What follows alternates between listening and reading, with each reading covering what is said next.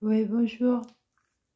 Je tiens à faire une nouvelle vidéo parce que je continue à chercher des solutions, hein. Parce que, en fait, pour démonter le truc le plus tôt rapidement, alors si ça fait très longtemps que vous avez ça, c'est plus lourd à enlever. Et alors, j'ai plus de plâtre. Ils m'ont bousillé mon plâtre là. Il faut que j'en recommande. J'arrive pas à en recommander. Faut que j'aille en acheter. Alors, le plâtre, c'est vrai que c'est bien si vous voulez faire sortir la puce, hein, je pense. Et les fils aussi. Alors, l'argile aussi, c'est bien. Euh, c'est pas pareil. Mais le plâtre, alors, je suis bien embêtée de ne plus en avoir. Mais par contre, j'ai trouvé une autre solution en attendant, c'est la pierre d'Alain. Alors, la lithothérapie et le bois aussi, hein, le bois au contact de votre peau. Alors là, c'est un chapelet de Notre-Dame, là. On m'a dit qu'il était en buis. Alors, je le mets autour du cou parce que, voilà, derrière, tout le long de la colonne de la nuque, là, il y a des petites puces, hein. Vous allez sentir des fils aussi, hein. Alors, moi, j'ai carrément opté hier à mettre à la pierre d'Alain. Alors, la lithothérapie, la pierre d'Alain, c'est génial contre ça, hein, contre les fils et les puces. Alors, le savon noir aussi, les gommages, usé de gommage, titri, huile essentielle, menthe poivrée, tout ça. Alors, le charbon, charbon actif. Là, j'en ai plus des bâtons de charbon actif, mais j'ai acheté un gros sac de charbon pour le barbecue aussi. Alors, j'en ai mis dans la maison et je brûle des bougies, je brûle de l'encens, du quatre-côtes, des bâtons santal, tout ça, mais tous les bois. Mais le santal, c'est vrai que... Alors, les pierres d'Alain, je les ai... Alors, les usées, faut raser la tête, hein, et raser, hein, parce qu'il y a des fils partout sur la tête. Il faut les raser tous les jours pratiquement. Alors, vous mettez les pierres d'Alain comme ça, là. Ça va démonter, parce qu'il y a des points, comme j'ai dit dans une autre vidéo, des points où il y a des soutures de fils, hein, des gros paquets de nœuds et tous les fils. Alors, sûrement, il y a un système de puces, je ne sais pas. Et il faut appuyer, et quand vous appuyez sur un certain point, ça démonte tout. Mais c'est très long, en fait, hein, parce que ça envahit tout le corps. Vous en avez dans tout le corps. Alors, vous pouvez couper aussi au ciseau. Ça se coupe, ça se brûle. Alors moi, une fois, j'avais mis carrément mes oreilles au-dessus d'une flamme d'une bougie et ça avait marché. Alors, mais ça revient. Donc, tout le temps que la puce, les systèmes de puce n'est pas dézingué, ça recommence. Là, j'ai opté carrément par les pierres d'Alain, collées carrément, comme ça touche tous les points d'axe, hein, ou les fils, parce que ça va jusque derrière votre crâne, en fait, hein. Vous pouvez devenir sourd, hein, faites gaffe, hein. Alors moi, je mets plus de masque à l'argile dans mes oreilles, j'évite, parce que j'ai des abcès et ils se referment et ça bouche mes oreilles. Donc en ce moment, alors vous pouvez user des antidouleurs en pharmacie pour les oreilles et le Cérulis ou les autres produits pour déboucher les bouchons, ça peut aider. Ouais, moi je m'en sers. Alors le vinaigre, j'ai arrêté parce que au bout d'un moment, ça irrite quand même, hein, la peau.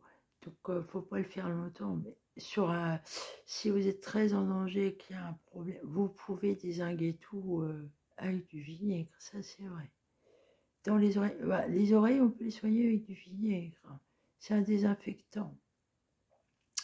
Alors, optez plutôt pour un vinaigre assez doux quand même, pas trop fort. Parce que moi, j'ai été mollo, mais j'ai de l'hyposensibilité, vous voyez. Alors, mais j'ai remarqué qu'avec l'hyposensibilité, il faut quand même, parce que quand je touche, ça fait mal.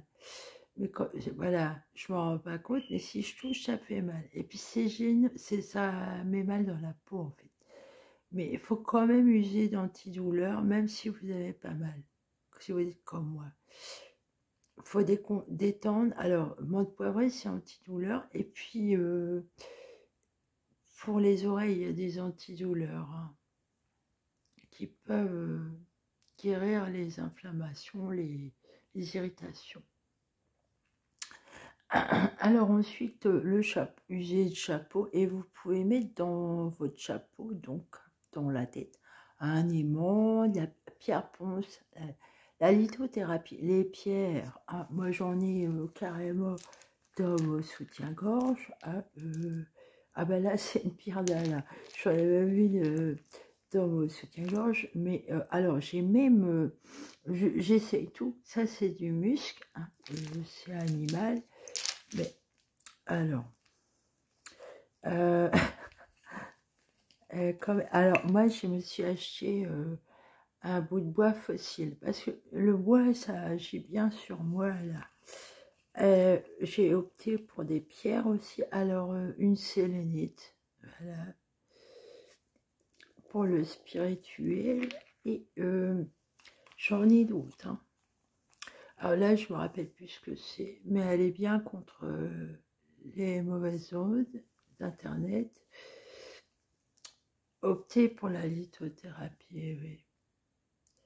Selon vous, ce qui est ensemble, ouais, ça, et le bois, quoi. Moi, carrément, j'ai mis mon gros chapelet autour du cou. Et je crois qu'il a un puits. Alors, c'est Notre-Dame de Lourdes.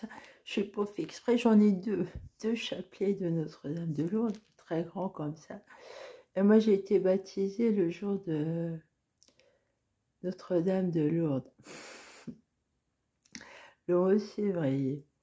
Ah, je suis abonnée, quoi. Alors, j'espère que ça va me porter chance. Voilà. Et comme je dis, je suis comme Obélix, il est tombé dans la potion magique. Moi, je suis tombée dans le bénitier, ouais, dans le baptisé. C'est peut-être pour ça que j'ai de la chance, parce que je pense qu'il y avait une mauvaise sorcière qui était sur mon berceau, quand même.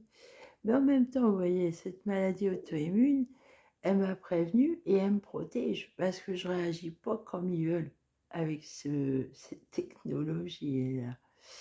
Voilà, alors, faut raser la tête hein, et user de, voilà, de ça. Alors, le charbon, ça, vous voyez, le charbon, je le mets là parce qu'il y a un champ magnétique. Hein. Ça sort carrément des oreilles, le champ magnétique. Il torture avec ça. Mais c'est extrêmement dangereux. Hein. Méfiez-vous. Allez, ben, ah oui, alors aujourd'hui j'ai donné une idée et je la transmets aux gens là, pour vos codes. Hein. Il faut que vous inventiez un code dans le code, c'est-à-dire que ce que vous écrivez n'est pas ce qui est écrit, c'est par exemple un signe, ben, c'en est un autre pour vous. Et ceux qui lisent, ils savent pas quel est le vrai code. Hein. Alors ensuite, vous pouvez aussi prendre des